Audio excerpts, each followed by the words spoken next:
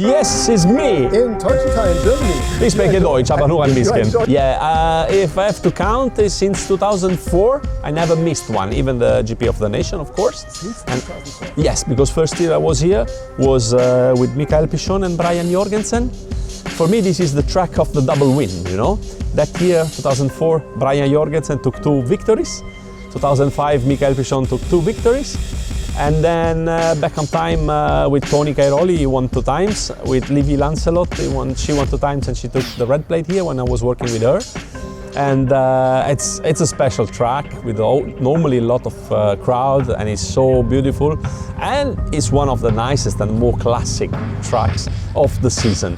So I really have plenty of souvenirs. And my favorite one, let me see, was a double victory. So 2 motos with Evgeny Bobryshev, 2011. Double and only victory. Only victory of Bobryshev, unfortunately for him. Career. Yes, yeah. And I was on the podium with him because I was team manager at that time. So I was climbing the steps to go to the podium, and it wasn't like today. The podium was the classic one here, yes. With the guys with the big guns shooting. It was so nice. It was one of the most emotional day of my life. I mean, as a sport career. Do you know we have this Wall of Fame? Yeah. And there is also, of course, Yevgeny. Yeah. Because he's one of the winners. One of the winners. Yeah. Winners. And this is now interesting for me. I think the most important story for everyone, because I think everyone in the scene knows you, because especially in the pre-season races. Yeah, when I do the commentary. You make the commentary, and interesting for me is you have been the team manager for Honda at this time. I mean, yes. I started in 2004 with Motocross as a cook, a chef. I was cooking. Yeah, I was cooking the food. Okay. Then I was managing the hospitality a couple of years after. Then I started to be like a press agent of the team, and then sport manager.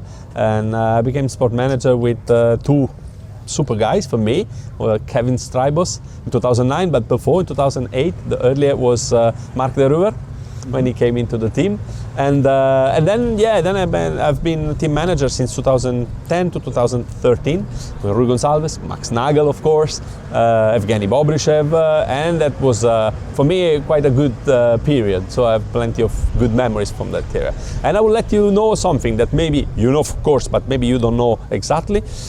On this track, you had the last victory of a privateer on a Yamaha bike with 2 moto wins, so again a double.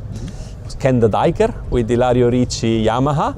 It was 2009 maybe? Something like that. Or 10 or 9? 10. It was 10, yeah. And it was the last victory of a privateer with a double win for Yamaha. After this, you have to come to this year, Sardinia, with Calvin Vlanderen doing again. But it's a long period, 12 years. Right. Yes. And now you are working as basically a journalist, a moderator? Yes. Yeah, I'm doing journalism mostly for Motosprint, who is a magazine in Italy quite popular and has a quite popular website. And so I'm doing for them this. I'm doing some commentary for the pre-season race and some Supercross at the end of the season, stuff like that. EICMA, and I'm working from this year a little bit with KTM also. As also I'm working with Gas Factory team for their social, so with Simon Lagenfelder, and Mattia and Jorge Prado. So that means in your time as a team manager, at least you are on this Wall of Fame. Let's go there. Sure, of course. Should, check it out. Yeah. I suppose twice. Wow. One is, so 2004. Yes, Brian Jorgensen, double victory. Your first. My first year in Motocross. Yeah. And then the second year was Mickael Pichon with double victory still. Yes. This year he could win, but he had a huge crash on the practice. Right. Huge crash, and then he was riding still. Here's the Diker. This is what you explained. Yeah, right? Ken the Diker, double victory. Here, this was your year. Oh, that's for me special. And now you see, that's also the only victory of Ken Roczen in MX1. No, that's what at MX2. Oh, sorry, MX2. No, so what's Ken Roczen has never won the MX1. Never won MX1. It was here probably in MX1 against with Tony, and maybe finished second. Ken Roczen has because he has one race. This is the point. Yes. He rode one race. This was in 2012. Yeah, it was this race when Tony won and he was second. He was second. Yes, I remember this race. Right. Yes. He never won, but he was the second. The interesting story is that this was the only race between Roczen and Cairoli till this year. Today. Yes. Yes. Yeah, yes, that's absolutely nice. Right. 10 years. 10 and years. then you have other nice races. This is the Nation with Tony winning 2 races. Yes. Again with Italy. Yes. That was really cool. Yes. And at that time we had some American rider. We had Tomac under our owning, I remember. Yes. And then since this moment I was working with Tony.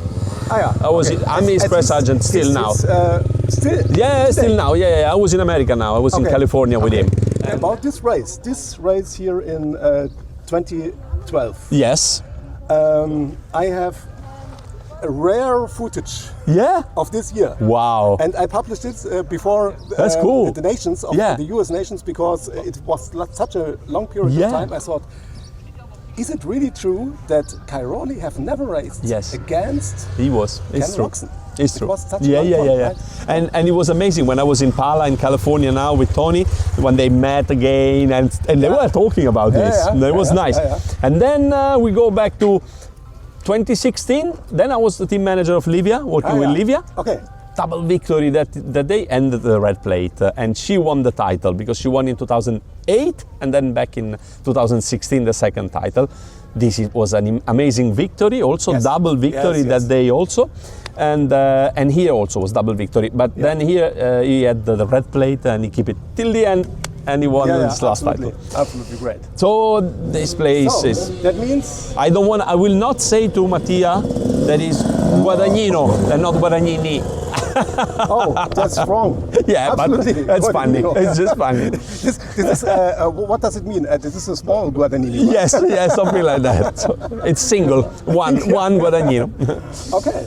So Lorenzo, that's a great wall. One personal last question. Yes. You know everything, I think, about in motocross. A lot, but not everything. And many tracks.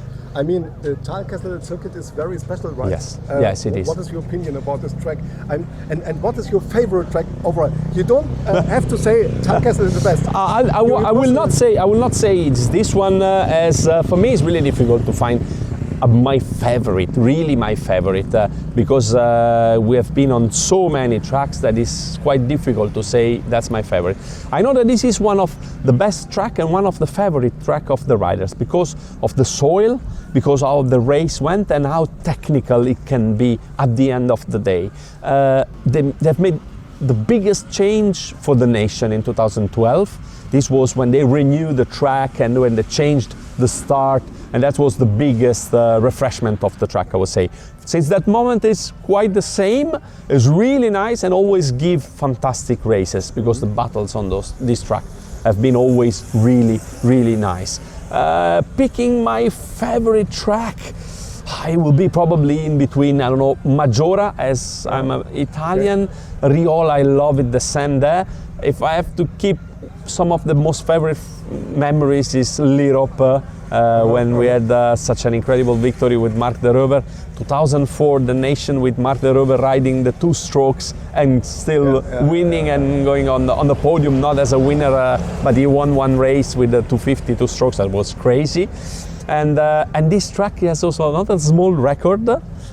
It's one team manager, that is Ilario Ricci. He had his 3 riders on the top, on the 3 spot of the podium.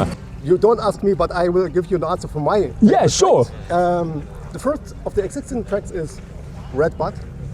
Oh yeah, that's cool. La Rocco's lead. Yes. No, last year Tony was one of the rare riders who tripled this. Yes, I remember. That's why my suggestion or my proposal is to name it Cairoli's lead. Oh, that would be great. He will appreciate, believe me. Cairoli's lead, because he was really one of the. Okay, Tim Geiser did it sometimes. Yes. Not always, but Antonio Cairoli, as far as I observed it. In every lap. Yes. Yeah, it's true. That's true. why La Rocco's lead, Cairoli's lead. That would be really, really cool. Okay. And Tony will be honestly honored about this. And another little things, I do some pictures also. This is one of the tracks where you can get some of the best shots during the season. most of all, has a big scrub over there where they put the bike complete flat. It's one of the biggest scrub of the year. Anyway, it's a pleasure to be here. So, welcome to Germany again. Thanks, danke schön. Ich spreche Deutsch, aber nur ein bisschen. Enjoy the time. Und so. And Lorenzo, thank you for coming. Danke schön. Thank you.